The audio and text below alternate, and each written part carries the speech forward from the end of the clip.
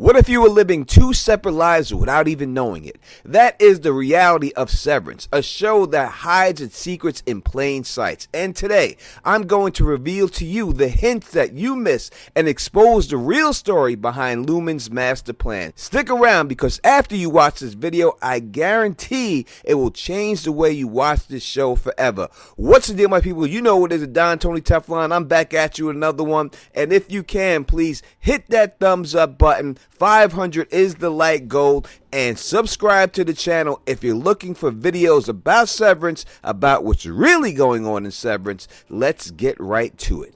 At its core, Severance is about one person living two lives. That's exactly what the innies and outies represent. But there's a deeper, hidden clue that confirms this. Keir had a twin brother. We learned this in Severance Season 2, Episode 4.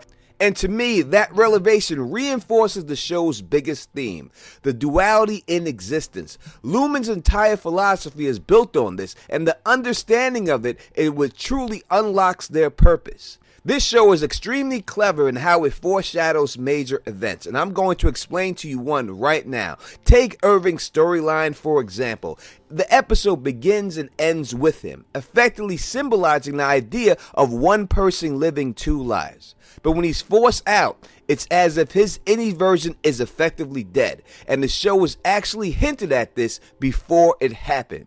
Now let's talk about one of the most subtle but revealing details in this episode, the meaning of carrying a torch. During the campfire scene, Mark is literally holding a torch while he's with Helly, but later we see Irving holding one alone. This isn't just a coincidence. Carrying a torch is a symbol of love or longing. Mark's torch by Helly suggests his attraction to her, while Irving's solo torch foreshadows his personal journey in isolation.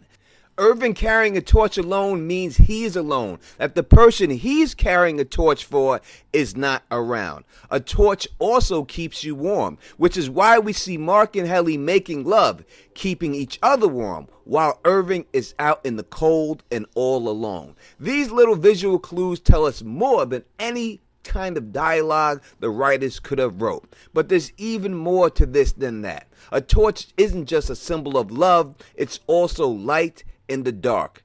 Irving making a key observation about Mark, saying he keeps making googly eyes about Helly. This suggests that the torch he's carrying for her is making him blind.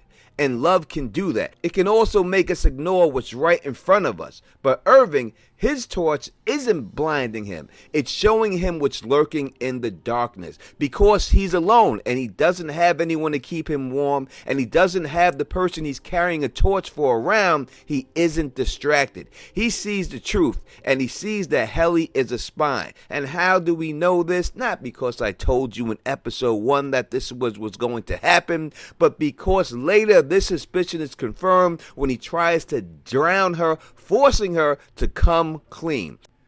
So in this case, the writers had used a torch more than just a symbol of affection, but they used it for a tool of revelation.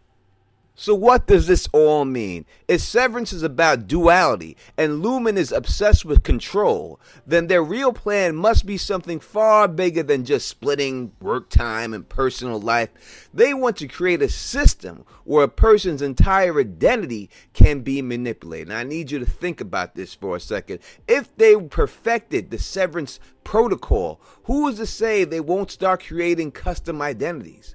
What if they can make you whoever they wanted? These are hints that they have had in this show, and they are hiding in plain sight. Now let's go a little deeper into it. Lumon's method aren't just about division, they're about conditioning. The break room scenes, that's not just about punishments, it's a form of psychological rewriting, forcing the innies to conform to one single mindset, like a hive mind type situation. And that's why when we see them outside in this episode, it's supposed to be a team build, but in reality, to break apart the team. Now, what if Lumon's real goal isn't just separation, but truly replacement? A world where every individual can be stripped of their identity and rewritten at will. This would be the ultimate corporation control. And that is their whole master plan, and I have proof that that's what they're trying to do. But here's the most shocking twist that we learned in this episode. We learned that Keir had a brother, and not just a brother, but a twin. And this isn't a throwaway fact. It explains the entire concept of living two lives in one body. Now let me explain this for you. The name Keir means dark, while his brother's name Dieter means army of the people. The show is clearly trying to lead us to believe that Keir is the villain, while Dieter was the one of the people. But I believe that it goes much deeper than that. Now, in Christopher Nolan's The Prestige, Robert and Alfred battle over who's the greatest magician, each trying to perfect the ultimate trick, the transported man. Robert is driven mad trying to understand Alfred's secret, and in desperation, he turns to advanced technology. But in the end, we learn that the horrifying truth of the matter is Robert wasn't teleporting, he was cloning himself and killing each clone after every performance.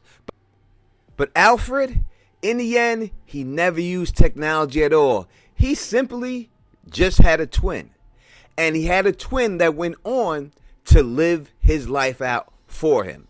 And that is exactly what's happening in Severance. And let me explain.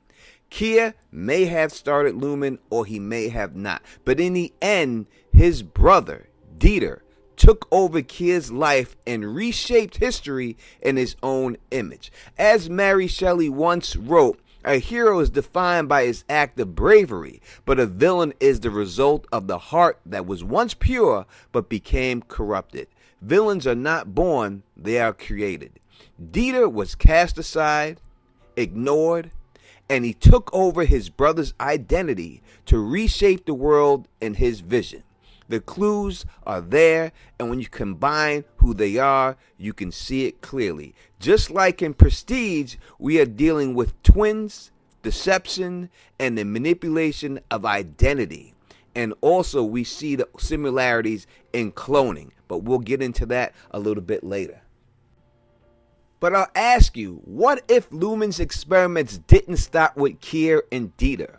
What if they expanded beyond them? What if they started replicating more identities? Now, I want you to think about this. What if the entities what if the entire severance process was just a means to the end, a way to perfect human duplication, a way to create clones that could live out separate lives without ever knowing the truth?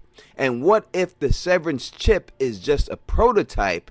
What if Lumon's endgame is a world where memories and identities can be erased, rewritten, and controlled at will? The show has been dropping hints at this, and I think that a lot of people who have watched the show has barely scratched the surface. Let me give you some examples of this real quick.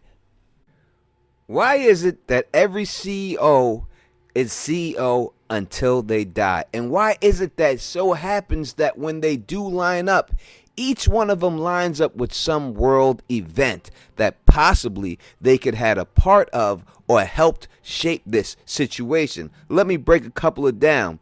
Keir starts it once when the Civil War ends and then dies when World War II starts. Then Ambrose becomes CEO and he's CEO during Pearl Harbor. Myrtle leads through the end of World War II and the start of Vietnam. And that's when we see Bard finishes it out when Vietnam finishes out. Gerhardt is in charge until the stock market Black Monday, and Philip until Y2K. Each CEO takes over and dies after a world main event. That is not without coincidence, and that shows the control. And I'm going to get more into detail about that in another video. Trust me, I have more proof farther than you realize, but we're going to wrap this one up. I want to know in the comment section, what do you think about this theory? Tell me your theory in the comment section. Again, hit that thumbs up button. Let's try to get to 500 likes to trigger the YouTube algorithm. Subscribe to this channel. I'll be doing a live stream very soon where we can get into it in more detail. And if you like the way I do this, please thumbs up this, spread this across the realm, and of course, subscribe. And until next time, you know who it is. Peace and stay sexy.